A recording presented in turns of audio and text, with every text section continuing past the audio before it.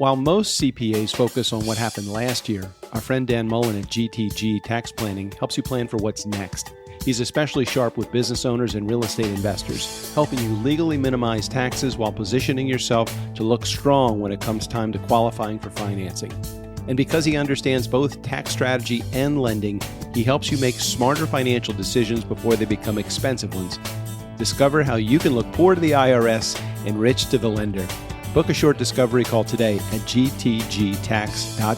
That's gtgtax.com.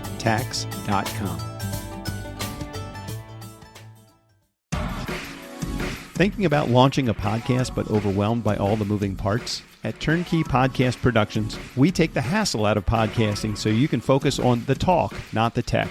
From concept to launch, guest booking to post-production, we handle everything. Need a strategy to grow your show and turn guests into clients? Yep, we do that too. DIY or done for you, we've got the solution that fits. Whether you're just getting started or ready to scale, TurnKey is your behind-the-scenes podcast team. TurnKey Podcast Productions. Your voice, your message, fully produced. Learn more at turnkeypodcast.com/contact. That's turnkeypodcast.com/contact. Hey, don't turn it off yet. Here's what's coming up on the Nice Guys on Business. Yeah, I think there's two things. One is, as an entrepreneur, you get into the business because it's something you love. That doesn't necessarily translate that you're well-rounded at running a business. And I think that's why so many small businesses fail. You win about how you're passionate about something, but you don't realize all the other things that goes into running that business until you're the one doing it. Right. So I think that's a big play in it. And I think the other one is just letting go. It's your baby. You built it. And so you have everything in your head. And so it's hard to let that go and trust other people to do it. And so I think that's the other piece too, is you built it, it's your baby, and that's just a challenge. No capes. No capes. Well, except for the Nice Guys in Business, of course. But pants. Pants are a must. Go from where you are now to where you could be. Get expert tips to grow your business, to be more productive and more efficient, whether you're trying to build influence, grow your community, or make it rain. Best-selling author of Nice Guys Finish First, Doug Sandler, can lead the way. The Nice Guys on Business is produced by TurnKey Podcast Productions. Now, here's your host, Doug Sandler. All right, Nice Guy community. Have you ever wondered what happens when a guy who's helped run operations for Walmart, Best Buy, H&R Block, and other massive companies decides to help growing businesses get their acts together? Well, today we're talking to Ron James. He's founder of Opscale Partners and Opscale Exchange. Ron helps businesses stop spending all their time putting out fires, can you imagine that, and start building systems that actually work and actually scale. If you've ever felt like your business is growing faster than your processes, Ron's got a few ideas that might save your sanity. So let's check it out and let's check him out. Let's get into it. Ron, welcome to the Nice Guys on Business podcast. Thanks, Doug. Thanks for having me. So let me start here. You weren't, I'm hoping, a guy that was in sixth grade standing on the playground and saying, you know what, I'm going to become a fractional COO or a fractional CFO. What is it that you wanted to be when you grew up to create this problem-solving machine that you have in place now? That's a great a great question. It's funny because we just talked about Denver, but right. I wanted to be a geologist growing up and moved to the Rocky Mountains. So I guess half of that came true. I grew up in a little town in Southwest Missouri, and that was my goal, was to be a geologist and move to the Rocky Mountains. And then around my senior year of high school, I took some accounting classes and some business classes and became part of Future Business Leaders of America. Yeah. And it started to kind of change how I felt about what I wanted to do. And then I went to college and took some business classes and started to work stocking dog food at Walmart. Wow. That turned into a 10-year career that ended in senior leadership roles there. And so, yeah, obviously many of us have these different dreams as a kid. I loved rocks. I loved minerals. And I thought, I'm just going to be a geologist. I'm going to live in the mountains. So I do live in the mountains now. I just doing something a little different. Were you always a spreadsheet guy, or are you a guy that happens to come by spreadsheets because you like the relationship that's involved? Because I think what happens a lot of times is we as human beings, we are typically problem solvers. We don't like to sit in the problem. We like to sit in the solution. We might not get there the same way, but some people do that through spreadsheets, and some people do that through really just understanding the emotion and the relationship. Where do you think that you are? Or maybe it's a little of both. Yeah, it's definitely more in the emotion and the relationship. It's funny. I started at Walmart when you didn't even have spreadsheets and you had inventory in a red binder, and a dot matrix printer that sent the P&L to you. So being, Understood. I remember as a store manager on the fourth day of the month, standing there waiting for like 2, 3 hours. Did it print yet? Did it print yet? So I would tell you it's the relationships, being in retail, for so long. Even H&R Block was retail. It's the relationships and really starting to understand people and why they do what they do, and how is the message getting down to people, especially in those big corporations. Everyone goes to these conventions, and even small business owners, you get so excited, and you leave there and you're on a high, and then you get back and it's like, okay, where do I start? So how do you do when somebody is a chief like a CFO, a chief or a fractional CFO, chief financial officer, or a fractional COO, chief operating officer? It's almost like you have to have a bunch of skills that collide together in order to make that go. So many people that are entrepreneurs, they are very similar to that. They have a bunch of different skill sets. They have their one gift, the thing that they are really good at. What's that thing for you? What's the thing that you feel like is your gift? And this is your chance to, show you can show some ego. It's okay. What's your gift? And then what's the stuff that you struggle through every day, in order to play that role of CFO or COO for an organization? Yeah, I think my gift is operationalize things at a very young age at Walmart. That was sniffed out. I remember moving from Missouri to New Mexico to open supercenters, and I probably worked at every supercenter in New Mexico, training them how to organize their back rooms, how to keep their freight. As you know, keeping stuff on the shelf was a big deal. And you would go into rooms that were, I remember before Lee Scott was the CEO, we were in Espanol, New Mexico, and we're walking into a back room, and there was just pallets on both sides. There was probably 100 of them. Right. And you could tell from the look on his face, he was not happy. And then you go to the floor and there's a lot of outs on the shelves. And so I became a niche then of, hey, this process, then it became, how do I get stuff to the floor, but then translated, hey, how do I get tax returns done? How do I improve conversion rate on a client that walks in or a client that sends us their tax return to do? And it's that being able to do that process and teach it out. You have to get people to buy into the process. Like those are the things that have always been really come easy to me. Things that haven't come easy to me. This is the challenging piece. So, oh man, I would say, as I think about things that haven't come easy to me, it's when I left the big box world and even the small retail, Mm-hmm. going to a world where I went to, which was really a small business at Innovation Refunds that turned into a really big business.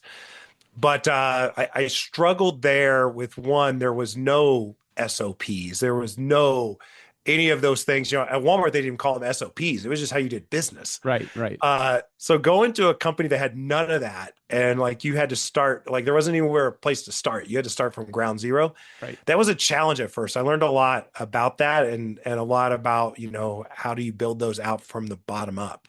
I think a lot of companies, especially entrepreneurs, who's the majority of our audience, I think a lot of companies work without SOP, standard operating procedures, but I think that they grit and grind their way through it.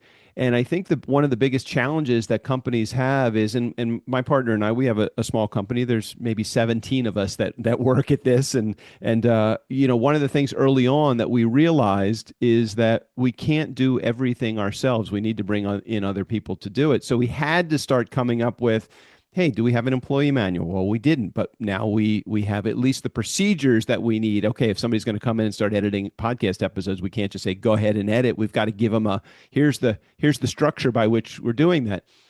What do you think it is about entrepreneurs that make it so challenging for them to have their standard operating procedures, or even if you don't call it that, just a document what you do so that you can share it with somebody else so that they'll be able to do it once you hire somebody on board? What is it about entrepreneurs that kind of holds them back from doing that kind of stuff? Yeah, I think there's two things. One is, as an entrepreneur, you get into the business because it's something you love. That doesn't necessarily translate that you're well-rounded at running a business. And I think that's why so many small businesses fail. You win about how you're passionate about something, but you don't realize all the other things that goes into running that business until you're the one doing it. Right. So I think that that's a big play in it, and I think the other one is just letting go. It's your baby. You built it, and so you have everything in your head, and so it's hard to let that go and trust other people to do it. And so I think that that's the other piece too, is you built it, it's your baby, and that's just a challenge. So when you were working with the large organizations, when you were working for the Best Buys and the Walmarts and the H&R Blocks, and obviously they have different deliverables, and H&R Block is more of a service, Walmart is more of a, is it all, what's on the shelf and inventory. And then you started your own business. How did you learn from what the lessons that you were teaching within those organizations? How did you learn to bring that to your organization? And then how did you learn to start to let go of some of those things that were not in your zone of genius, that were more of your, I got to do this, but I can't do this because I really need to spend more time on the business than in the business. So talk about that transition from the big corporate world to your doing your own thing. Yeah, it's I have two businesses. I have Opscale Partners and Opscale Exchange. Opscale Exchange is probably where I challenge the most with that. And it's because it is my baby. I'm building it, and I'll get into the weeds, and I'll be like, man, what am I so much in the weeds? I mean, yesterday was the day I was on calls for like 8 hours, and then I'm like, man, I got like 4 hours of work still to do because I was in the weeds all day, and so I still have to step back and follow my own processes. In fact, this morning I was with my strategic ops manager. I was like, all right, we need to build a playbook on this. Why do I have it documented and that type of stuff? And Mm-hmm. so it's you get caught up in it. I think the biggest challenge is that it becomes, you get engulfed in it, and the next thing you know, you got sucked into the day to day, and then all of Right. a sudden it's 5 o'clock, and you're like, what did I really get accomplished today? And so scheduling stuff out, I think the biggest thing that I've always done is position things on my calendar so that I don't let people fill it up. I protect strategic times on my calendar. I schedule a lunch every day, and I protect those. And I make sure, because if you don't protect them, it doesn't matter. Yeah. And if anything, it's just a chance to get a breath and get caught up on other things. So I think that that's one of the best things that I've done is I do an hour of strategic time in the morning and in the afternoon, and then I schedule myself a lunch every day. Even if I don't do anything for that lunch, but get caught up on stuff, I make sure that I have those 3 hours set aside for the strategy work and working on the business.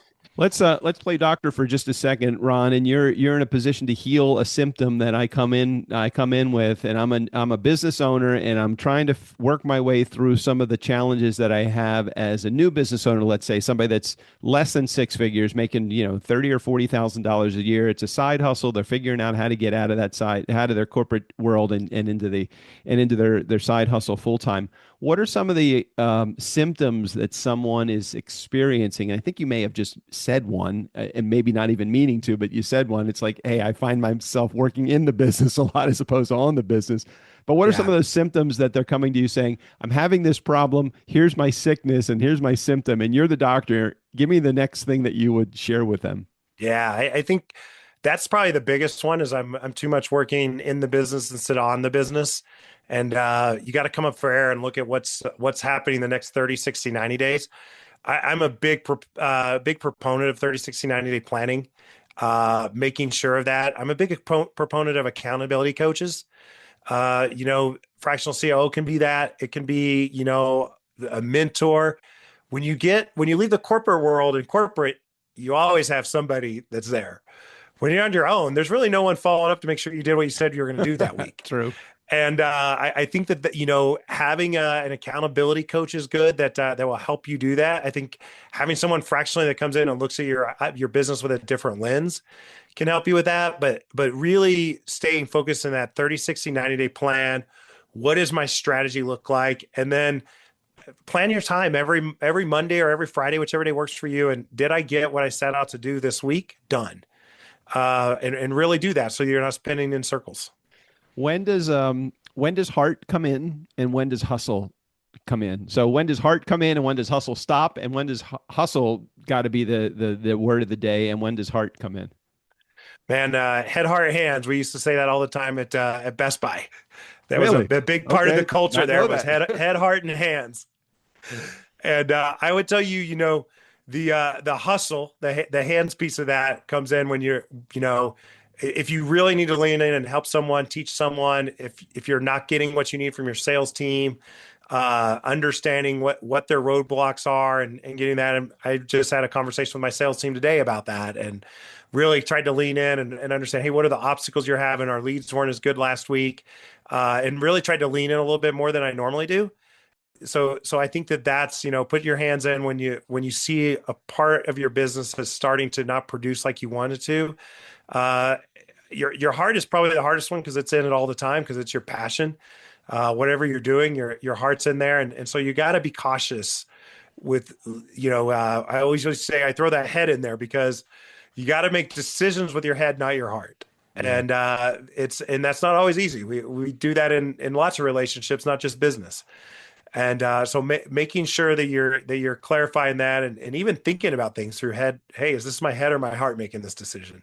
We have a long time listener. His name is Sean Carpenter. Sean, I'm going to give you a shout out for this because this is such an integral part of my day to day. He's put a saying together. Maybe I think he's created this, but if he didn't, Sean, I don't know who else would have because I've heard it from you the longest.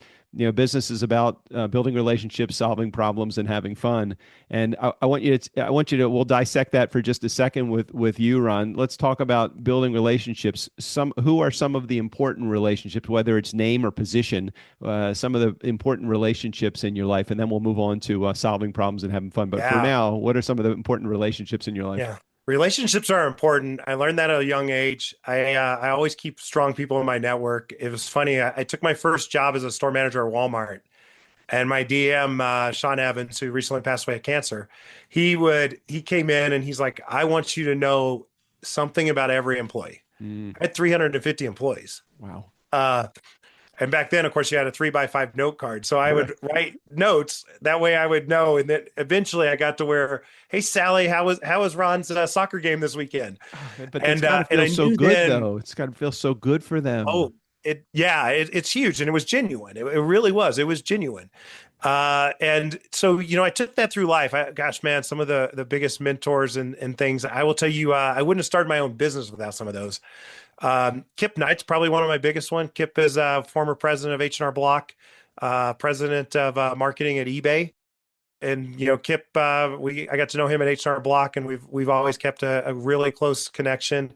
Diane Cooley, who was my boss at H&R Block, Sean, who I just mentioned, has been a big mentor. I have my first manager at Walmart, John Boyer, in a little town in Neosho, Missouri. We still go to a Chiefs game once a year and still talk. So it's important to keep those in there, keep it well versed. It's important to not burn bridges and make sure that you never know when you can help someone or they can help you. Let's move on to solving problems. So, what are some of the problems that you really enjoy helping resolve, and what are some of those that are you're most challenged with as it relates to either growing your business or growing somebody else's business? Yeah, I would tell you that the challenges that I love to solve are something where I can see results quickly from it. Coming into Denver as a manager at H&R Block as a regional director, we didn't have a big drop-off process. H&R Block's process is that you go in and you sit and you watch people do your tax returns and you sit for an hour. And when I started going through offices and everyone's paying, the families are playing Candy Crush, they're trying to corral their kids. And I was like, they don't want to sit here. They're playing Candy Crush. They're not listening to the tax preparer. Right. And so we really perfected a drop off model. This was on spreadsheets in the beginning. Wasn't a big spreadsheet guy, but it was the only way to keep track of what was happening until we could get the big ship steered in a way that could automate the process a little bit for us, which we did, and help grow the business. And it was something that we saw results from quickly. It made tax preparers more efficient. You didn't need as many tax preparers, so your staffing was better because now you didn't have appointments. You're just working on work that came in. Yeah. And so that helped. I think, things that are tough to solve. I have an accountability partner in my business, and I told him the other day, which is maybe what a lot of small business are owning is, man, it is harder than I thought to get a qualified lead and to get a client when you're on your own. Mm-hmm. I think that's the biggest challenge. Is how do you do that? What does that look like? How do you get that brand recognition? And so that's been my biggest challenge is, and he's a great accountability partner because I do put out, hey, this is what I'm going to execute this week. And when we talk, he's like, okay, tell me how that went. Yeah. And when I didn't do it, I get a butt chewing. And when I did it and it worked, it's, hey, great job. And if it didn't work, okay, what did you learn? And so I'm really starting to take that into, okay, what did I learn about where I'm going to get leads? Am I going to the right spots? Am I really being honest with myself and doing what I say I'm going to do to get those leads? The biggest challenge with leads is, and we've experienced this so as well with TurnKey, which has led to some great partnerships that we've had through the years. But we know we're great at podcast production. We know we're exemplary at customer support and customer service. We know we suck at marketing. We just, having a name like TurnKey really gets us a lot of inbound leads, but they're not qualified. So now we've got to qualify the lead. So that is a challenge that we have as well. I think business development is one of the hardest. Somebody might say, because I don't have any problem with selling. I actually enjoy the initial phases of selling, which is more like educating. But it's really hard to get that marketing plan in place to get the phone to ring. I'd love the solution to that, but right now the solution to that has been having these great partnerships, which is totally fine. And with companies like Walmart, Best Buy, and H&R Block on your resume, you probably didn't experience the same brand recognition, name recognition through the years as you do with as a guy that owns and founded his own company that might not be as synonymous with success as somebody like Walmart, Best Buy, or H&R Block.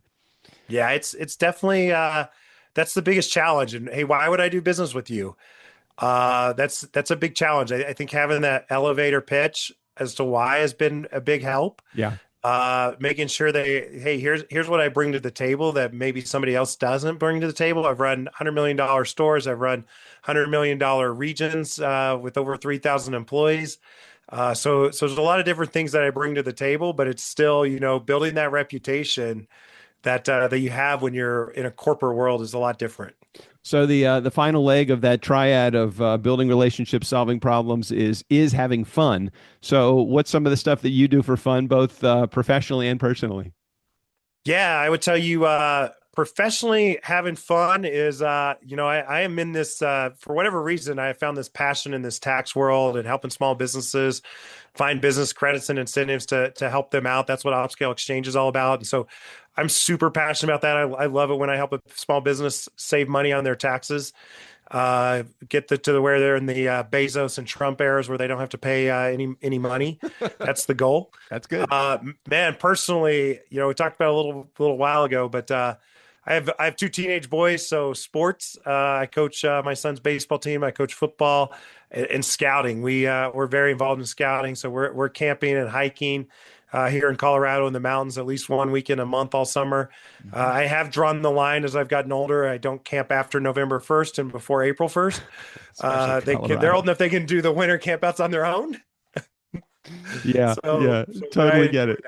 Totally get it. Okay, what should I be asking you that I'm not asking you? We've talked about Opscale Partners a little bit. We've talked about Opscale Exchange as well. Wherein lies your passion? What's the thing that really drives you on your daily basis as you are, helping your customers solve their problems? Yeah, I think, what drives me is the wins of where we can create efficiencies, where I can help them see where they could bring on more people and get better results, where I can help those CEOs step back a little bit and see the big picture. That's really passionate to me. And like I said, through Opscale Exchange, anytime I can help somebody find some credits and stuff and they can get money back from the government that they didn't know they had coming, that's always a big win. One of the things I know that you are offering, not just our Nice Guy community, but for those that are visiting your website as well, a strategy call, which is awesome because I'll tell you, one of the challenges that we have in today's AI-centered world is that just go to my website and you can chat with the robot. You know, that not that that's bad. That's a good thing. It helps eliminate a lot of tire kickers and helps you work with qualified people. But one of the things that Ron is doing is he's offering to our Nice Guy community a strategy call. We're going to put a link in the show notes. Walk me through what a strategy call sounds like and feels like so that my audience understands what they're all about.